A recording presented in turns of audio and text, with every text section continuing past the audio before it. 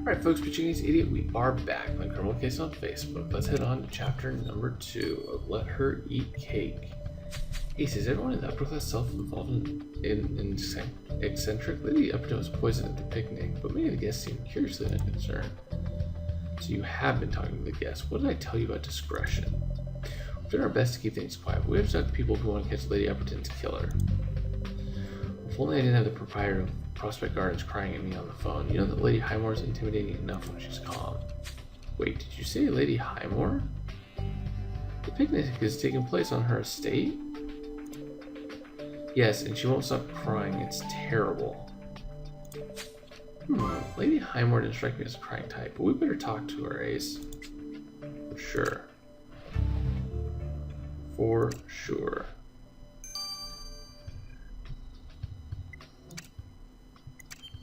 Running out of stars, that's not good. Senior Trooper Ace, I'm glad I only took you a few fake tears to have Chief Wright grant my wish to see you. I hear there's been a murder on my estate. So soon after my dear niece's demise, most distasteful. Yeah, and all we want is a swift conclusion to this sad affair, my lady. Perhaps you could assist. I presume you would know Mr. Lasser, since you allowed him to use your property. Well, I've never met him, Senior Trooper Ace. Mr. Lasser and the party planner organized everything. Fancy that. What about Lady Georgina? Have you seen her at the picnic? I saw her at the buffet when I went to try the truffles. They were delightful, but Lady Georgina was unimpressed with the food. She was famously picky in her taste. She only drank the finest French wine, and she was even more fastidious with people. That's why Lady Georgina never married. No one was good enough. That's interesting. But one mustn't speak ill of the dead. After the buffet, I played a round of croquet, then retired to my saloon. Some of the guests also took refreshments by the fireplace. We'd loathe to impose Lady Highmore, but could we search your salon? The killer came inside at any point. Do as you must, Senior Trooper Ace. I shall lie down upstairs. My nerves are so very frayed.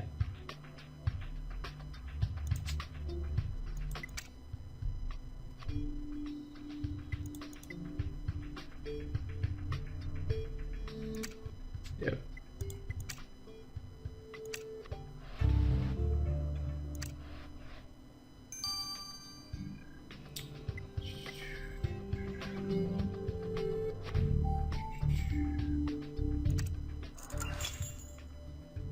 See if we can investigate it. Almost off of that's gonna get you a ban. Yeah, if he does that again, we just kick him out.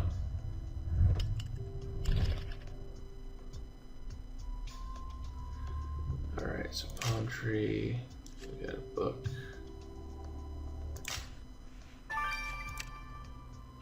Gramophone, fountain pen, playing cards, and dustpan.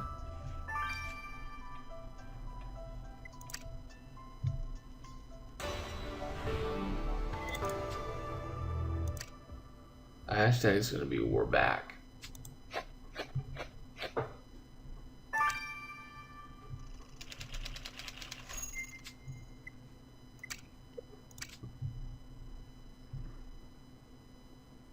Oh yeah, Lady Highmore definitely is hiding something. I don't suppose Lady Highmore reads books called Party Etiquette. Ace, she strikes me as more likely to write them. But look, behind the cover there's a faded dedication. Let's recover what's unseen. And clever idea, the killer may have tried to burn evidence. Let's have a look into those ashes. For sure.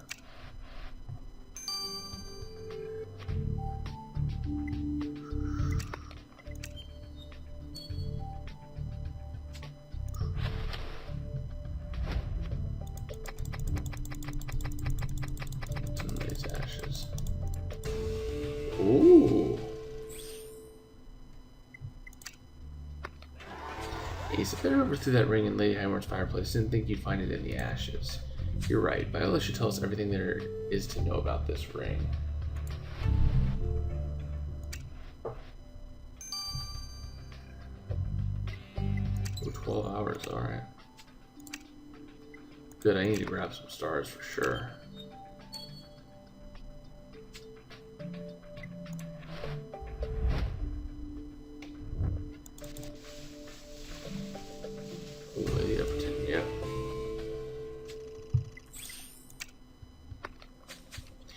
dedication in the etiquette book reads, "My kitchen maid knows more about party etiquette than you, Eliza," and signed by Lady Upperton. Yes, I do see the irony in writing a snappy message in a book about manners, and I also remember Lady Highmore saying Lady Upperton was notoriously difficult to please.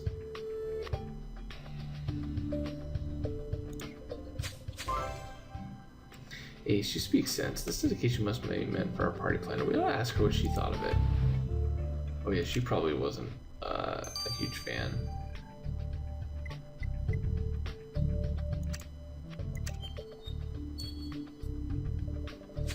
At least you didn't tell us you had a spot of discord with Lady Upperton. Oh, I see you found that wretched book, Signature Brace. Then you can see for yourself. Lady Upperton had no business lecturing me on manners. I've never met anyone so disdainful as her.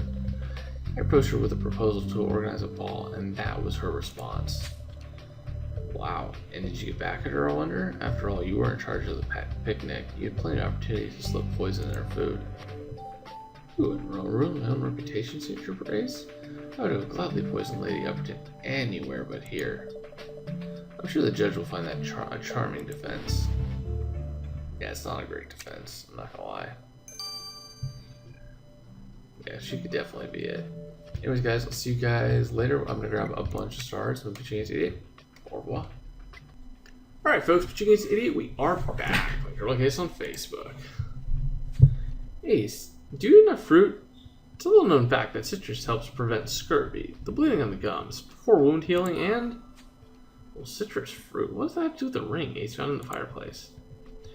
Patience is bitter, but fruit is sweet. As a great philosopher said, patience, Maddie, I'm getting to it. First, I called upon the Upperton estate to verify that the ring was unquestionably the victim's. Then I subjected the precious metal to some chemical testing, which revealed prior interaction with citric acid, sugar, and alcohol. In other words, before the ring was thrown into the fire, it came into contact with a mixture of fruit juice and alcohol, a popular refreshment known as sherry cobbler. Ah, Ace. I remember Lady Highmore saying Lady Georgina never drank anything but French wine, which means it must have been the killer who left drops of their sherry cobbler on the victim's ring. Excellent notion, Ace. We ought to return to the picnic site with this fresh evidence in mind. For sure.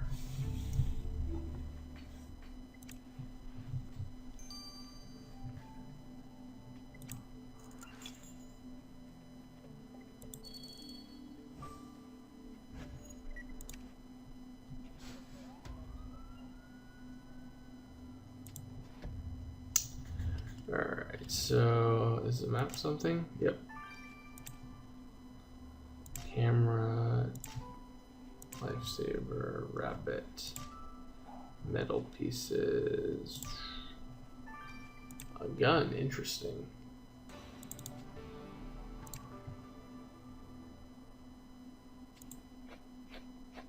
Oh, did we get a star? Nice.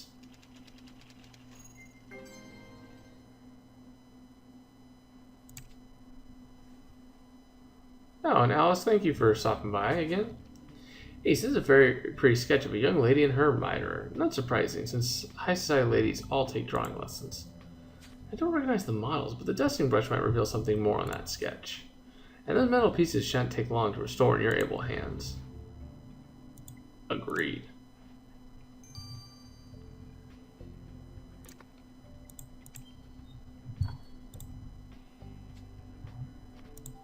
Yeah, Mr. Lasser's identity is unknown.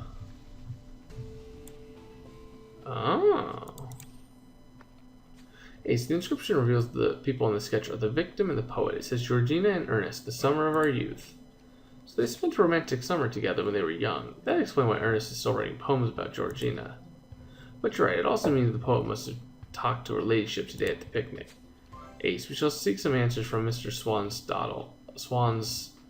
Swaddle about this. Swaddle.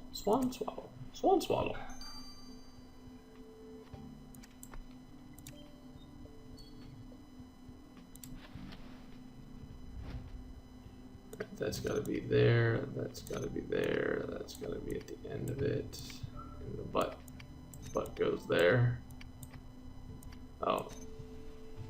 I should have known. It's the knuckle duster. Ace, what kind of guest would bring a pistol to a picnic? We shall see what Rose makes of this. Yeah, seems a little odd. 12 hours. Nice.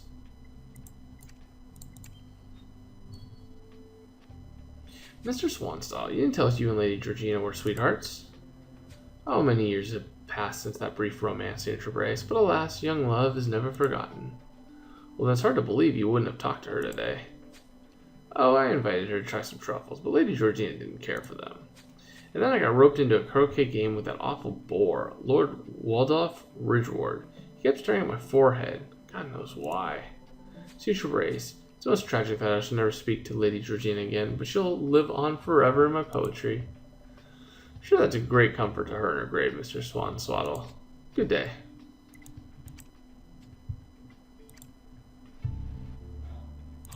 Alright guys, we've got 12 hours. I'm going to grab some stars. Been pitching ace 88.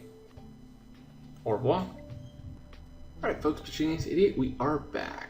Let's finish this off. And that weird noise in the background, that was most likely the our water heater cycling in the middle of the night. That's not really happened, so we couldn't really shut it off. So that should not happen next time. Hey, this pistol you brought me is an antique piece. Splendid, mid-1700 craftsmanship. And it just begs to be fired. And don't be fooled by the elegant design and light shape. This beauty is powerful enough to bring down an elephant. What? Someone took the gun into the picnic rows? I don't suppose they were expecting elephants. We need to know who owns this pistol and what they intended to do with it. Well, this gun is truly one of a kind, Ace. The original design was altered by adding this Concordian emblem on the handle. This addition to a personal touch of the owner, Cornelius Castletown, the mayor of Concordia. Whoa, the mayor of Concordia is attending the picnic? And he brought a gun? Chief Wright will not be pleased that we're questioning the mayor, but I agree, Ace, we have no choice. Oh, brother.